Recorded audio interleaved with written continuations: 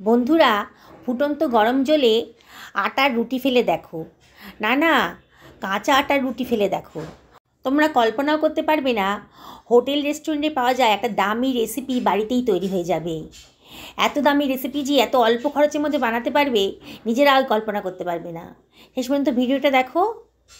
আমি 2 বাটি মতো আটা নিয়ে নিয়েছি। এর ভিতর দিয়ে দিলাম হাফ চামচ মতো লবণ আর সামান্য একটুখানি কালো জিরে আর জোয়ান আমি হাতে ডলে দিয়ে দিচ্ছি। এগুলো সবই কিন্তু অম্বল নাশ করে, মানে গ্যাস অম্বল কমে যায়। এবার দিয়ে দিচ্ছি 1/4 চামচ মতো কাশ্মীরি লঙ্কার গুঁড়ো। এবার সব কিছু ভালো করে মিশিয়ে নিচ্ছি। এবারে আমি এর ভেতর দিয়ে দিচ্ছি 1 টেবিল চামচ মতো সাদা তেল। আবারও সব কিছু ভালো করে মিশিয়ে নিচ্ছি। খুব ভালো করে মিশিয়ে নিতে হবে। এবার আমি অল্প অল্প জল দিয়ে একটা ডো বানিয়ে নেব। একসঙ্গে বেশি জল দেবো না, যেমন কি আমরা নর্মাল রুটির আটা মাখি সেরকম করেই এটাকে মেখে নিচ্ছি। খুব ভালো করে মাখতে হবে। দেখো মাখতে মাখতে কিন্তু অনেকটা স্মুথ হয়ে গেছে। এবারে আমার এতটা আটা লাগবে না বলে আমি অর্ধেক পরিমাণ একটা বাটিতে নিয়ে নিয়েছি। এবার এই আটাটাকে একটু শক্ত করে মাখতে হবে। আমরা যে নর্মাল রুটি খাই তার থেকে একটু শক্ত করে মাখতে হবে। এই জন্যে এই আটার মধ্যে আমি খানিকটা শুকনো আটা ছড়িয়ে দিলাম, দিয়ে আবারও ঠেসে ঠেসে এটাকে ভালো করে মেখে নিচ্ছি। মানে আমি যে রেসিপিটা বানাচ্ছি তার জন্য একটু শক্ত আটার দরকার। খুব ভালো করে ঠেসে ঠেসে মেখে নিচ্ছি। খুব সুন্দর করে স্মুথভাবে মাখা হয়ে গেছে, একটু শক্ত মাখা হয়েছে। এবার এর ভেতর দিয়ে দিচ্ছি হাফ টি চামচ মতো সাদা তেল, দিয়ে আটার গায়ে একটু ভালো করে মাখিয়ে নিলাম, যাতে বাইরেটা শুকনো শুকনো না হয়ে যায়। এবার এই আটা থেকে আমি কতগুলো লেচি কেটে নিচ্ছি। আমরা নর্মাল যেমন রুটি খাই সেই রুটির সাইজেরই লেচি আমি কেটে নিচ্ছি। দেখো আমি যে পরিমাণ আটা নিয়েছি তাতে আমার 5খানা লেচি হয়েছে, আর এইটা 4 জনের জলখাবারের পক্ষে যথেষ্ট। আমি একটা লেচিকে গোল পাকিয়ে শুকনো আটা দিয়ে রুটির মতো করে বেলে নিচ্ছি। খুব বেশি পাতলাও করিনি, খুব বেশি মোটাও হয়নি। দেখো এইভাবে বেলে নিচ্ছি। বন্ধুরা, রেসিপিটা একেবারেই সোজা। তুমি শেষ পর্যন্ত ভিডিওটা দেখো আর দেখে অবাক হয়ে যাবে যে এত সুন্দর একটা রেসিপি তৈরি হয়ে গেছে। সবগুলো বেলা হয়ে গেছে। একটা কড়াইতে আমি জল গরম বসিয়ে দিয়েছি, আর তার ভিতরে দিয়ে দিলাম 1 চামচ মতো লবণ আর 1 চামচ মতো সাদা তেল। জলটা একটু ফুটতে দেব। জলটা যখন বেশ ভালো করে ফুটে উঠেছে, মানে টকবগিয়ে ফুটে উঠেছে যখন,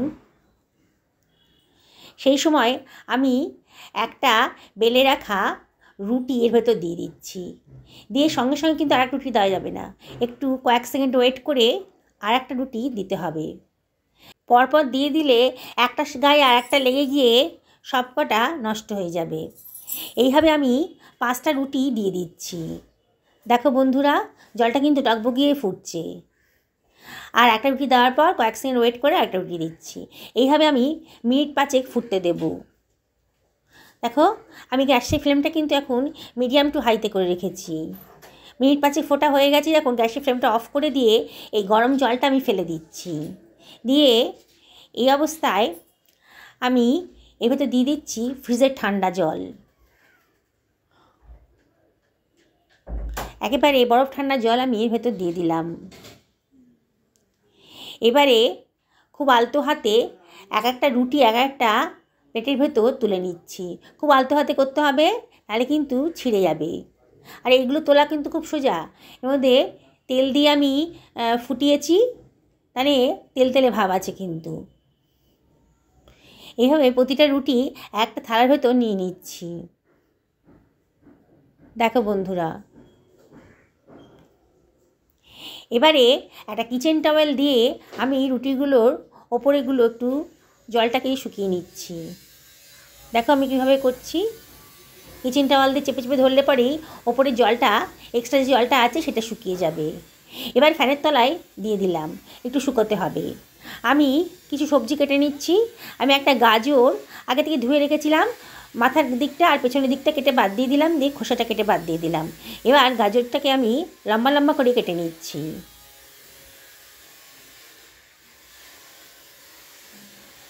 লম্বা লম্বা করে কেটে নিলাম।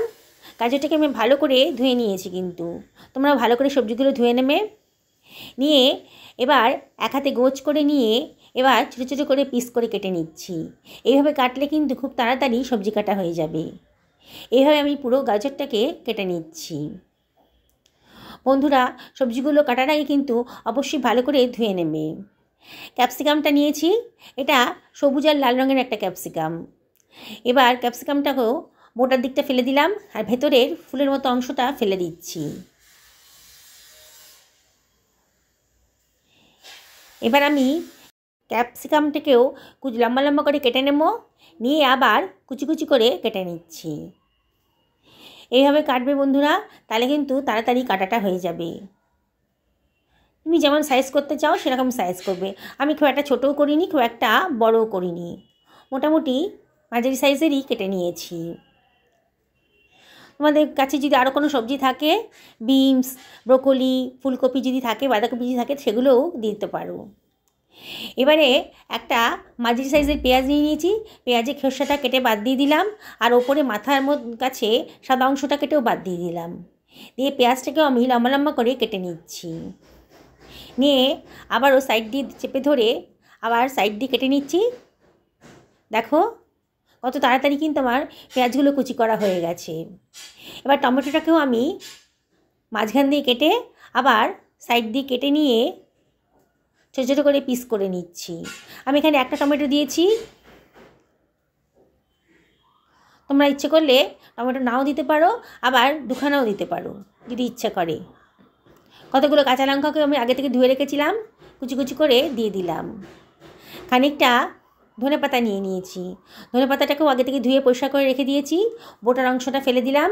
দিয়ে ধনেপাতাটাকেও আমি কুচি কুচি করে কেটে নিচ্ছি। আমার সমস্ত সবজিগুলো কাটা হয়ে গেছে। এবার দেখো রুটিগুলো কিন্তু অনেকটাই শুকিয়ে গেছে, হাতে খুব বেশি সময় নেই, তাই রুটিগুলোকে আমি এবার দেখো থালার মধ্যে থেকে পাতলা পাতলা করে কেটে নিচ্ছি ছুরি দিয়ে। আমি লম্বা লম্বা করে কেটে নিচ্ছি, তোমরা যে কোনোভাবেই কাটতে পারো রুটিটাকে, যে যেমন পছন্দ করবে সেভাবে কাটতে পারো। দেখো কিরকম পাতলা পাতলা লম্বা লম্বা স্ট্রাইপের মতো আমি কেটে নিচ্ছি। এইভাবে সমস্ত রুটিগুলোকেই আমি কেটে নেব। ছুরি দিয়ে আস্তে আস্তে করে কেটে নিচ্ছি। দেখো রেসিপিটা বানানো কিন্তু একেবারেই সোজা, আর এত অল্প খরচের ভেতর একটা দামি রেসিপি কিন্তু তৈরি হয়ে যাচ্ছে, আর খুবই স্বাস্থ্যকর এই রেসিপিটা। হোটেল বাজারের প্রিজার্ভ দেওয়া খাবারের থেকে কিন্তু বাড়িতে তৈরি করা রান্না করা খাবার অনেক বেশি স্বাস্থ্যকর। এইভাবে আমি সমস্ত রুটিগুলোকে কিন্তু কেটে নিয়েছি। দেখো গ্যাসে একটা কড়াই গরম করতে দিয়ে দিয়েছি, কড়াইটা বেশ গরম হয়ে গেছে যখন, তখন এখানে 2 টেবিল চামচ মতো সাদা তেল দিয়ে দিলাম। এবারে আমি এর ভেতর দিয়ে দিচ্ছি 1/4 টেবিল চামচ মতো গোটা জিরে। জিরেটা যেমন একটু চিরবির করে উঠেছে, মানে একটু গরম হয়ে গেছে যখন, তার মধ্যে দিয়ে দিলাম গাজর কুচিটা। আগে আমি গাজর কুচিটা দিলাম, গাজর কুচিটা বেশ শক্ত বলে গাজর কুচিটাকে আগে একটু ফ্রাই করে নেব। হাই ফ্লেমে রেখে একটুখানি নাড়াচাড়া করে নিচ্ছি।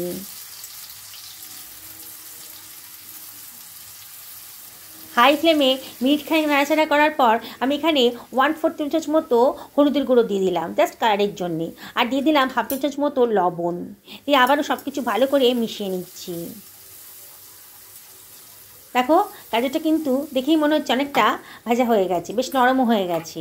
এই অবস্থায় আমি এর ভেতর দিয়ে দেবো কুচো করে কেটে রাখা ক্যাপসিকামটা। ক্যাপসিকামটা দেওয়ার পরে আবারও সব কিছু ভালো করে মিশিয়ে নিচ্ছি। আবারও মিনিটখানেক নাড়াচাড়া করে নিচ্ছি, একটু ভাজা ভাজা মতো হয়ে যাবে। আমি এখানে কারি পাতাটা দিতে ভুলে গেছিলাম, আমার প্রথমেই গরম তেলের ভেতর কারি পাতাটা দাও ভালো উচিত ছিল আর কি। কারি পাতাটা দিয়ে দিলাম, আর দিয়ে দিলাম কেটে রাখা টমেটোটা, দিয়ে সব কিছু আবারও ভালো করে মিশিয়ে নিচ্ছি। বন্ধুরা আমি কিন্তু সবার শেষে পেঁয়াজটা দিচ্ছি, তোমরা খেয়াল করে দেখো। আমার না ভালো লাগে পেঁয়াজটা একটু ক্রাঞ্চি ভাব থাকলে পরে খুব খেতে ভালো লাগে, সেই জন্যে পেঁয়াজটা সবার শেষে দিলাম। পেঁয়াজটা বেশি ভাজবো না, একটু নরম হয়ে যাবে পেঁয়াজটা, ক্রাঞ্চি ক্রাঞ্চি লাগবে, মানে একটু মুখে লাগবে আর কি, সেই অবস্থায় রেসিপিটা খেতে খুব ভালো লাগে। সেই জন্য সবার শেষেই পেঁয়াজটা দিলাম। পেঁয়াজটা দিয়ে আর বেশিক্ষণ নাড়াচাড়া করব না, এই 30 সেকেন্ড মতো নাড়াচাড়া করে নিচ্ছি। এর ভেতর দিয়ে দিচ্ছি সোয়া সস 2 টেবিল চামচ মতো, খুব সুন্দর একটা টেস্ট আসবে। আর দিয়ে দিলাম কেটে রাখা কাঁচা লঙ্কা কুচিটা, লঙ্কাটা কিন্তু অবশ্যই নিজেদের পছন্দ মতো দেবে।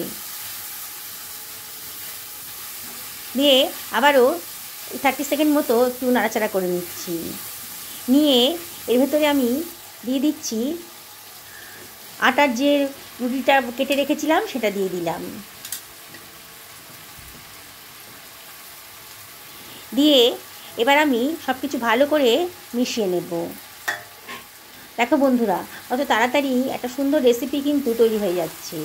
গ্যাসের ফ্লেমটা কিন্তু হাইতেই রেখেছি, অনবরত কিন্তু নাড়তে হবে, তাহলে কিন্তু সব লেগে যাবে। হাই ফ্লেমে রেখেই এটাকে নাড়াচাড়া করে নিচ্ছি, সব কিছু মিশিয়ে নিচ্ছি। দারুণ সুন্দর টেস্টি একটা রেসিপি তৈরি হয়ে যাচ্ছে।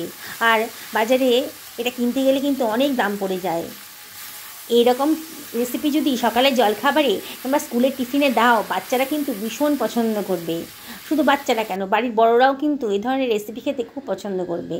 আমি 1 চামচ মতো ভিনিগার ওর ভেতর দিয়ে দিলাম, দারুণ টেস্ট আসবে। টক ঝাল মিষ্টি একটা দারুণ টেস্ট আসবে।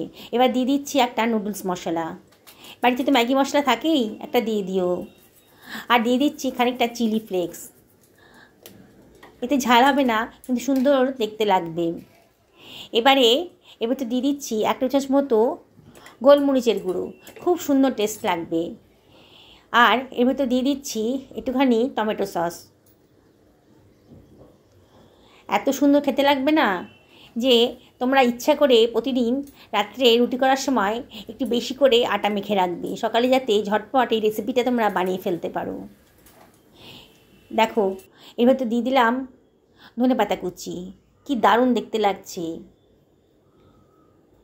এই চাইনিজ রেসিপিটা বাজারে কিনতে গেলে কিন্তু প্রচুর দাম পড়বে, বাড়িতে কত স্বাস্থ্যকরভাবে রেসিপিটা আজকে তৈরি হয়ে গেল।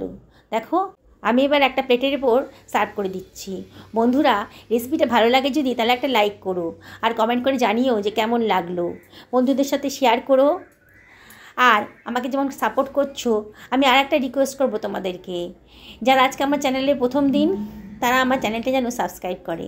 আর যদি ফেসবুক থেকে দেখো তাহলে পেজটাকে ফলো করো।